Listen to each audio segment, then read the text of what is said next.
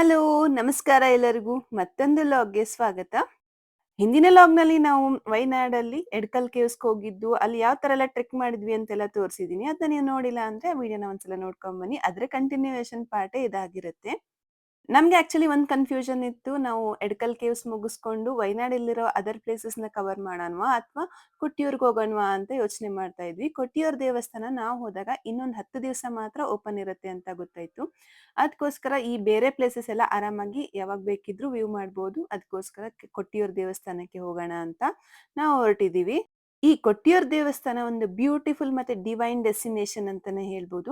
ಸುಲ್ತಾನ್ ಬತ್ತೇರಿಂದ ಸುಮಾರು 90 ಕಿಲೋಮೀಟರ್ಸ್ ಆಗತ್ತೆ. 2.5 ಇಂದ 3 ಗಂಟೆ ಟ್ರಾವೆಲ್ ಮಾಡ್ಬೇಕಾಗತ್ತೆ. ಅದು ಡಿಪೆಂಡ್ಸ್ ಆನ್ ಟ್ರಾಫಿಕ್ ಆಗಿರುತ್ತೆ. ನೀವೇನಾದ್ರು ಮೈಸೂರಿಂದ ಟ್ರಾವೆಲ್ ಮಾಡ್ತಾ ಇದ್ರೆ ಮೈಸೂರಿಂದ 137 ಕಿಲೋಮೀಟರ್ ಆಗಿರುತ್ತೆ. ದಾರಿಯುದ್ದಕ್ಕೂ beautiful greenery, forest roads, hills ಮತ್ತೆ ಪೀಸ್ಫುಲ್ ನೇಚರ್ ನಮ್ಗೆ ಸಿಗುತ್ತೆ. Road trip itself very refreshing. Kottiyoor temple ಕೇರಳದ ಅತ್ಯಂತ ಪವಿತ್ರ ಶಿವನ ಕ್ಷೇತ್ರಗಳಲ್ಲಿ ಒಂದಾಗಿದೆ.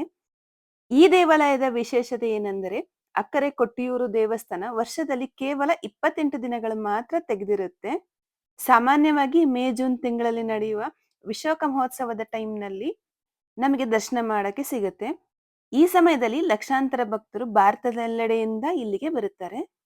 ನಾವು ಬಂದಾಗ ಕ್ರೌಡ್ ತುಂಬಾನೇ ಜಾಸ್ತಿ ಇತ್ತು. ಯಾಕಂದ್ರೆ ಇನ್ನು 10 ದಿನಗಳ ಕಾಲ ಮಾತ್ರ ದೇವಸ್ಥಾನ ಓಪನ್ ಇರುತ್ತೆ ಅಂತ. ಕಾರ್, ಬಸ್ಸಸ್, ಬೈಕ್ಸ್ ಮತ್ತೆ ಆಲ್ಮೋಸ್ಟ್ ಫುಲ್ ಟ್ರಾಫಿಕ್ ಆಗಿತ್ತು ನಾವು ಹೋದಾಗ. ಫೆಸ್ಟಿವಲ್ ಸಮಯದಲ್ಲಿ ಇಂಥ ಕ್ರೌಡ್ ನಾವು ಎಕ್ಸ್ಪೆಕ್ಟ್ ಮಾಡ್ಲೇಬೇಕಾಗತ್ತೆ. ಆಮೇಲೆ ಇಲ್ಲಿಗೆ ಹೋಗ್ಬೇಕಿದ್ರೆ ಒಂದು ಇಂಪಾರ್ಟೆಂಟ್ ವಿಷಯನ ನೀವು ತಿಳ್ಕೊಳ್ಳೇಬೇಕಾಗತ್ತೆ. ಕೊಟ್ಟಿಯೂರ್ ಟೆಂಪಲ್‌ಗೆ ನಾವು ಟ್ರೆಡಿಷನಲ್ ವೇರ್ ಅಲ್ಲೇ ಹೋಗ್ಬೇಕು. ಲೇಡೀಸ್ ಸ್ಯಾರಿ ಅಥವಾ ಸಲ್ವಾರ್ ಸೂಟ್‌ನ ಹಾಕೋಬೇಕಾಗತ್ತೆ. ಮೆನ್ ಧೋತಿ ಹಾಕೋಬೇಕಾಗಿರತ್ತೆ. ನೀವೇನಾದ್ರೂ ಕೊಟ್ಟಿಯೂರ್ ಟೆಂಪಲ್‌ಗೆ ಹೋಗೋ ಪ್ಲಾನ್ ಇದ್ರೆ ಟ್ರೆಡಿಷನಲ್ ಡ್ರೆಸ್‌ನ ಅಂತೂ ಮರ್ತು ಹೋಗೋಕೆ ಹೋಗ್ಬೇಡಿ. ಯಾಕಂದ್ರೆ ನೀವು ಅಷ್ಟು ದೂರ ಟ್ರಾವೆಲ್ ಮಾಡಿದ್ದು ವೇಸ್ಟ್ ಆಗೋಗುತ್ತೆ. ಮೆನ್ಸಿಗೆ ಬೇಕಿದ್ರೆ ಅಲ್ಲೇ ಧೋತಿ ಎಲ್ಲ ಸಿಗುತ್ತೆ. ಇನ್ನೊಂದು ಒಳ್ಳೆ ವಿಷಯ ಏನಂದ್ರೆ ಪಾರ್ಕಿಂಗ್ ಫೆಸಿಲಿಟೀಸ್ ತುಂಬಾನೇ ಚೆನ್ನಾಗಿದೆ. ಆಮೇಲೆ ಪಾರ್ಕಿಂಗ್ ಏರಿಯಾದಿಂದ ದೇವಸ್ಥಾನಕ್ಕೆ ಸ್ವಲ್ಪ ವಾಕ್ ಮಾಡ್ಕೊಂಡು ನಡಿಬೇಕಾಗತ್ತೆ. ವಾಕ್ ಮಾಡುವಾಗ ಸುತ್ತಮುತ್ತ ಇರುವ ಗ್ರೀನರಿ, ರಿವರ್ ವ್ಯೂ ನೋಡೋದಕ್ಕೆ ತುಂಬಾನೇ ಚೆನ್ನಾಗಿರುತ್ತೆ.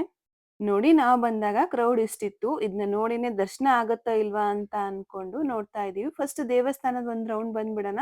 ನನ್ನ ಫ್ರೆಂಡ್ ಒಬ್ರು ಹೇಳಿದ್ರು ಇಲ್ಲಿಂದಲೇನೆ ದೇವ್ರು ಕಾಣಿಸುತ್ತೆ ಅಂತ. ಬಟ್ ಆತರ ನೋಡಿದ್ವಿ. ಬಟ್ ನಮ್ಗೆ ಆತರ ದೇವ್ರು ಕಾಣಿಸ್ಲೇ ಇಲ್ಲ. ಯಾಕಂದ್ರೆ ದೇವ್ರು ತುಂಬಾ ಚಿಕ್ಕದಾಗಿದೆ. ಸೊ ಅದಕ್ಕೋಸ್ಕರ ಕ್ಯೂ ಅಲ್ಲಿ ಬಂದ್ರೆ ಉತ್ತಮ ಅಂತ ಅನ್ಕೊಂಡ್ವಿ. ಮಕ್ಳಿರೋದ್ರಿಂದ ಕ್ಯೂ ಅಲ್ಲಿ ನಿಂತ್ಕೊಳ್ಳೋದು ಹೆಂಗಪ್ಪ ಅಂತ ಅನ್ಕೊಂಡ್ವಿ. ಬಟ್ ಕ್ಯೂ ಅಲ್ಲಿ ನಿಂತ್ಕೊಂಡು ಗೊತ್ತೇ ಆಗ್ಲಿಲ್ಲ. ಅಷ್ಟು ಬೇಗ ಬೇಗ ಕ್ಯೂನ ಮೂವ್ ಮಾಡಿದ್ರು. ಒಂದೊಂದು ಗ್ರೂಪ್ ಮಾಡಿರ್ತಾರೆ. ಆ ಗ್ರೂಪ್ ಆಫ್ ಪೀಪಲ್‌ನ ಒಂದೊಂದ್ ಸಲಕ್ಕೆ ಬಿಡ್ತಾರೆ. ಬಟ್ ನಾವಲ್ಲಿ ಪೊಲೀಸವ್ರ ಹತ್ರ ಎಲ್ಲ ವಿಚಾರಿಸಿದಾಗ ಪ್ರತಿ ಸಲದಕ್ಕಿಂತನೂ ಈಗ ನಾವು ಬಂದಿರೋ ಟೈಮಲ್ಲಿ ಸ್ವಲ್ಪ ಕ್ಯೂ ಕಮ್ಮಿನೇ ಇತ್ತು ಅಂತ. ಸೊ ನಮಗೆ ಒಂದು 45 ಮಿನಿಟ್ಸ್ ಅಲ್ಲಿ ದರ್ಶನ ಆಗೋಯ್ತು. ಇಲ್ಲಿನ ವೆದರ್ ತುಂಬಾ ಅಂದ್ರೆ ತುಂಬಾನೇ ಪ್ಲೆಸೆಂಟ್ ಆಗಿತ್ತು. ಫಾರೆಸ್ಟ್ ಮಧ್ಯದಲ್ಲಿರೋ ಫ್ರೆಶ್ ಏರ್, ಕೂಲ್ ಕ್ಲೈಮೇಟ್ ಮತ್ತೆ ಪೀಸ್ಫುಲ್ ಅಟ್ಮಾಸ್ಫಿಯರ್ ನಮಗೆ ನೆಮ್ಮದಿ ಕೊಡುತ್ತೆ. ರೈನಿ ಸೀಸನ್ ಅಲ್ಲಿ ಸ್ವಲ್ಪ ಮಳೆ ಬರ್ಬೋದು. ಆದ್ರಿಂದ ನೀವು ಅಂಬ್ರೆಲಾ ಅಥವಾ ರೈನ್ ಕೋಟ್‌ನ ಕ್ಯಾರಿ ಮಾಡ್ಬೇಕಾಗತ್ತೆ. ನಾವು ಇಲ್ಲಿಗೆ 1 ತಿಂಗಳ ಬ್ಯಾಕೆ ಹೋಗಿದ್ದು. ಬಟ್ ಈಗ ಕ್ಲೋಸ್ ಆಗಿರುತ್ತೆ. ಬಟ್ ನಿಮ್ಗೆ ಯಾವಾಗಾದ್ರೂ ನೆಕ್ಸ್ಟ್ ಪ್ಲಾನ್ ಮಾಡ್ಬೇಕಾಗಿದ್ರೆ ಕೊಟ್ಟಿಯೂರ್ ಟೆಂಪಲ್‌ಗೆ ಈ ವಿಡಿಯೋ ಯೂಸ್ ಆಗ್ಲಿ ಅಂತ ಇವತ್ತು ಪೋಸ್ಟ್ ಮಾಡ್ತಾ ಇದ್ದೀನಿ. ವಿಡಿಯೋ ಇಷ್ಟ ಆದ್ರೆ ಲೈಕ್ ಮಾಡಿ, ಶೇರ್ ಮಾಡಿ, ಹಾಗೆ ನಮ್ಮ ಚಾನೆಲ್‌ನ ಸಬ್ಸ್ಕ್ರೈಬ್ ಮಾಡೋದನ್ನ ಮರಿಬೇಡಿ. Thanks for watching. ಮತ್ತೆ ಮುಂದಿನ ಲಾಗಲ್ಲಿ ಭೇಟಿಯಾಗೋಣ.